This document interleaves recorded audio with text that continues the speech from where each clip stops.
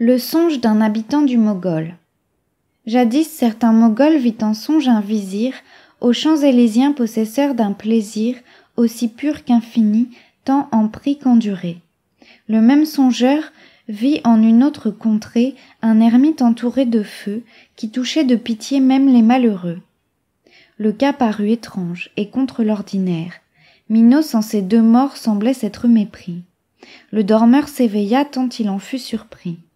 Dans ce songe pourtant soupçonnant du mystère, il se fit expliquer l'affaire.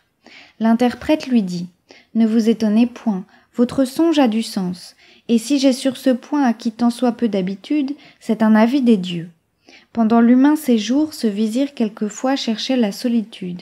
Cet ermite au vizir allait faire sa cour.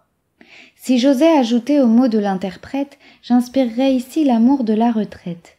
Elle offre à ses amants des biens sans embarras, bien purs, présents du ciel, qui naissent sous les pas. Solitude, où je trouve une douceur secrète, lieu que j'aimais toujours, ne pourrais-je jamais, loin du monde et du bruit, goûter l'ombre et le frais? Oh, qui m'arrêtera sous vos sombres asiles? Quand pourront les 9 sœurs, loin des cours et des villes, m'occuper tout entier et m'apprendre des cieux les divers mouvements inconnus à nos yeux, les noms et les vertus de ces clartés errantes, par qui sont nos destins et nos mœurs différentes. Que si je ne suis né pour de si grands projets, du moins que les ruisseaux m'offrent de doux objets, que je peigne en mes vers quelques rives fleuries.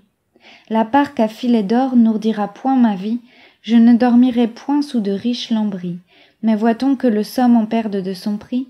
En est-il moins profond et moins plein de délices? Je lui voue au désert de nouveaux sacrifices.